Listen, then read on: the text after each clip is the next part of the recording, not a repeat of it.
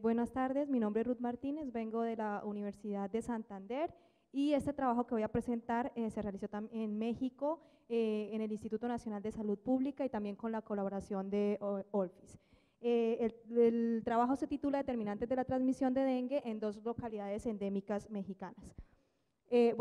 Una de las cosas importantes que nosotros pusimos a prueba en este proyecto es el supuesto de que la transmisión de dengue es perifocal, es decir, alrededor de los casos de dengue. ¿Y por qué quisimos ponerlo a prueba? Porque resulta que pese a que se hacen actividades perifocales en las áreas endémicas de dengue, no se ha logrado impactar de forma considerable la transmisión de dengue en el área. Entonces hay una revisión sistemática de la literatura que ve que esta fumigación en el peridomicilio de los casos no logra disminuir los casos de dengue adicionales, aunque sí disminuye los índices vectoriales. Una cosa importante en el estudio de transmisión de dengue es estudiar los casos asintomáticos. ¿Por qué es importante esto? Porque resulta que tenemos que en algunas cohortes hasta el 86% de las infecciones que se producen por virus dengue son asintomáticas. Y también adicionalmente tenemos que ya hay evidencia de que algún porcentaje, que puede ir alrededor del 25% de los casos que son asintomáticos están virémicos, es decir, que pueden contagiar el virus a los mosquitos que están alrededor y así participar en la cadena de transmisión. Ya puntualmente en el tema de la transmisión peridomiciliar encontramos que aunque es algo intuitivo, o se ha manejado de forma intuitiva siempre en dengue, tenemos que realmente la evidencia es escasa y hay solo 5 estudios que han evaluado cuál es el riesgo alrededor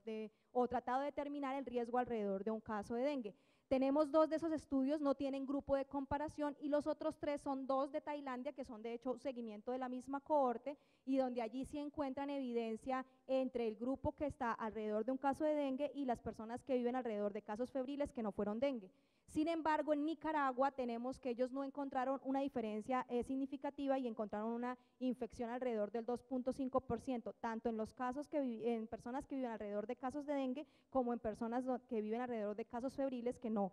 tienen dengue. Otra parte importante que también se ha manejado en dengue y es el vector. Definitivamente es incontrovertible el hecho de que si tenemos áreas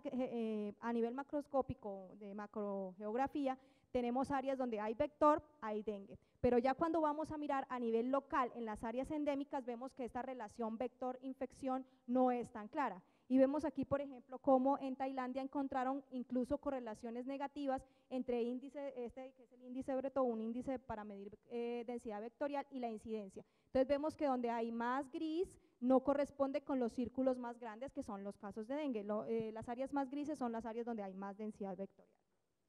Nosotros entonces nos planteamos 3 objetivos. El primero fue determinar la asociación que existía entre la infección de un caso peridomiciliar y la infección alrededor de ese caso, sus vecinos, estimar cuál fue la asociación existente entre la infección de dengue y otras variables a nivel de individuo, de vivienda y de densidad vectorial y finalmente tratar de establecer un modelo multivariado que explicara la infección, la transmisión de dengue en esa área.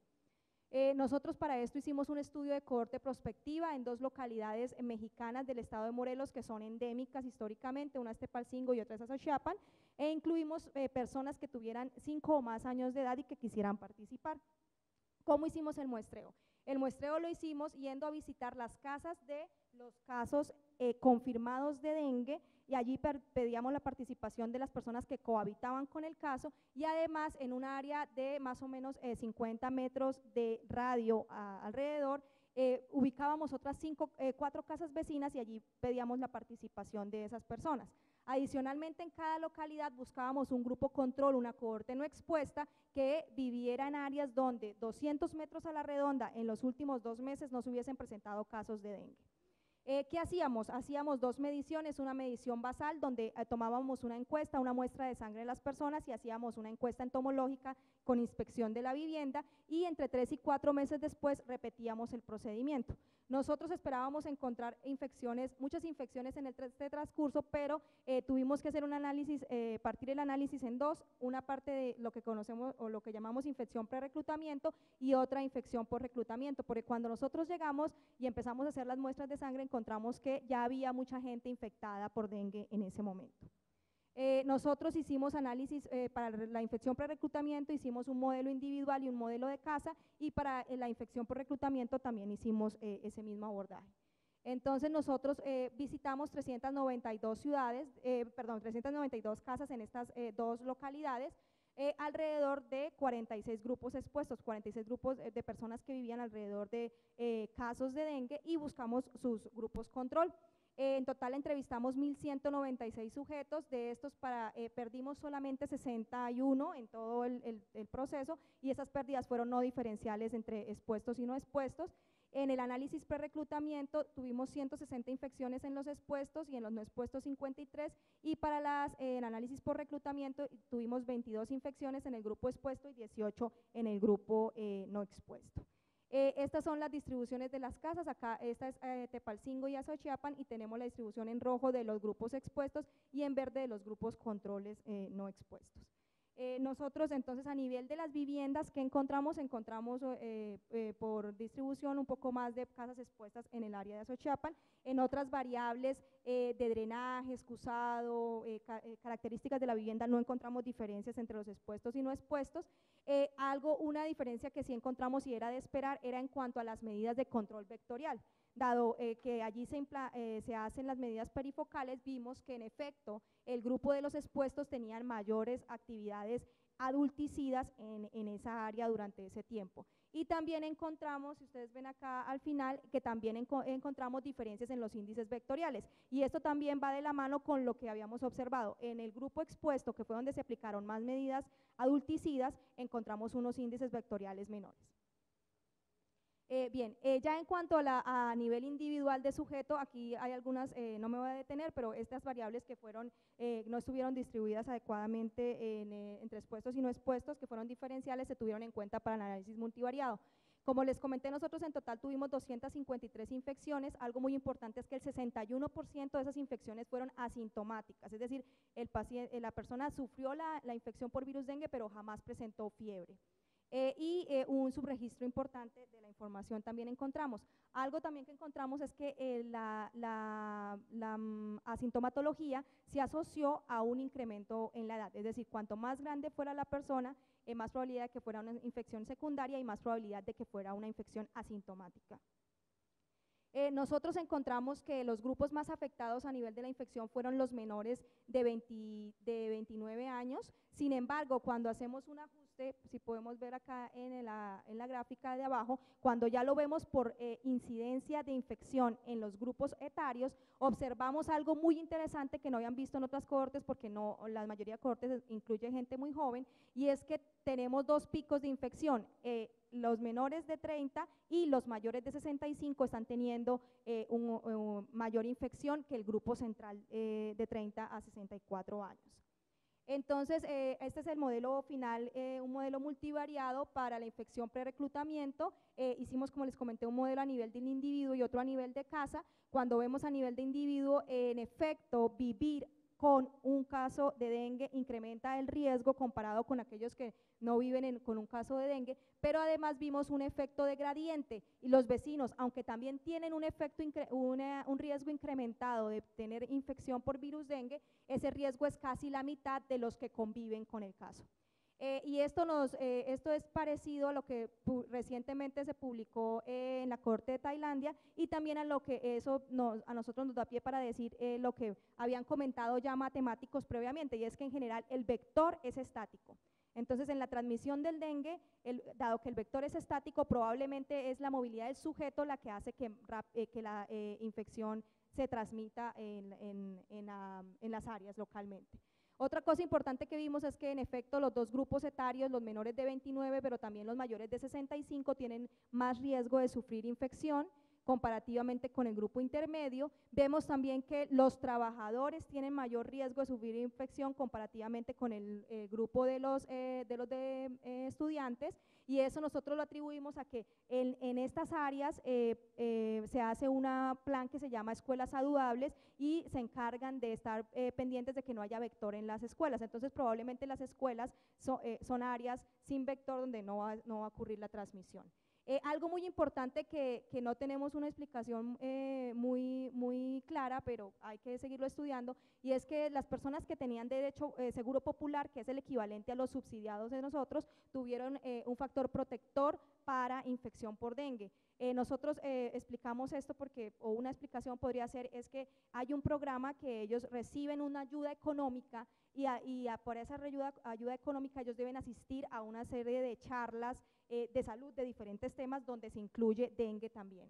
La localidad per se es un factor de riesgo estar en Azochiapan, y algo muy importante que también que vimos es cómo está conformada la familia. Entonces vimos que familias donde tuvieran menores de 5 años era un factor de riesgo para el sujeto de estar infectado, y nosotros tenemos ahí, estamos especulando porque no medimos la infección en menores de 5 años, pero creemos que es una de dos cosas. Los menores de 5 años hacen que haya más cuidadores, obligan a tener cuidadores en casa, donde probablemente está ocurriendo más la transmisión en dengue, y lo otro es que los menores de 5 años probablemente, si son infectados por dengue, van a ser infecciones primarias con viremias más altas, que eso se ha visto en otros estudios, y esas viremias más altas pueden incrementar la transmisión local. Y por el contrario, tener adultos, bueno, no adultos, sino adolescentes o adultos en casa, disminuye el riesgo de infección, tanto para el individuo como para la ocurrencia de otras infecciones en la vivienda. Otros dos puntos fue, nosotros encontramos que el excusado, tener descarga directa, más bien no tener descarga directa de agua en el excusado, era un factor de riesgo para infección, y creemos que esto puede deberse a que esta variable nos está midiendo la forma en que la familia está utilizando o más bien guardando el agua, y por eso puede haber mayor cantidad de criaderos en la vivienda. Finalmente, el índice vectorial, aunque en otras partes no se ha asociado, nosotros sí encontramos que un incremento del 10% del índice vectorial incrementaba el riesgo en 10% de presentar infecciones tanto en la vivienda, como a nivel de vivienda, como a nivel de individuo. Ya para la infección por reclutamiento, nosotros encontramos solamente la edad y la estacionalidad y algo del movimiento del sujeto como variables asociadas a la infección, y nosotros pues con esta información planteamos como un modelo de transmisión donde en efecto la transmisión alrededor de un caso es perifocal, así se comporta, pero creemos que hay varias variables que están jugando ahí, y una de las cuales es la edad. Entonces, la edad de la persona, si tenemos que un caso es menor de 29, que tenemos más fuerza de infección en ese grupo, sin embargo, sabemos que ese grupo se comporta más de forma sintomática que asintomática, entonces este sujeto se enferma, se infecta, pero se enferma y se queda en la casa. En cambio, por otra parte, tenemos que los mayores de 65 años, aunque sí se infectan más,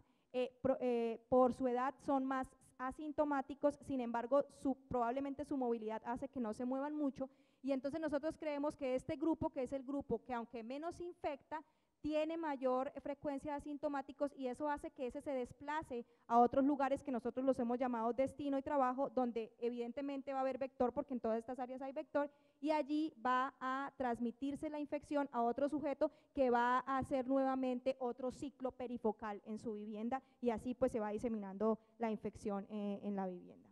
Bueno, ya para concluir, entonces, en efecto, en estas comunidades la transmisión perifocal es el foco, es la parte principal de la transmisión. Creemos que hay suficiente evidencia para considerar que el vector es primordialmente estático, y es el hombre el que se comporta como lo llamó un matemático, como huésped y vector del virus, y se mueve él, y por eso llega a otra parte donde hay mosquitos, y allí hace otro ciclo de transmisión. Encontramos algunos factores de riesgo como la edad de ocupación y el tipo de seguridad, y algunas ya cosas determinantes como la composición familiar, las características de la vivienda, los índices vectoriales y la época del año, que fue muy importante en la infección post reclutamiento.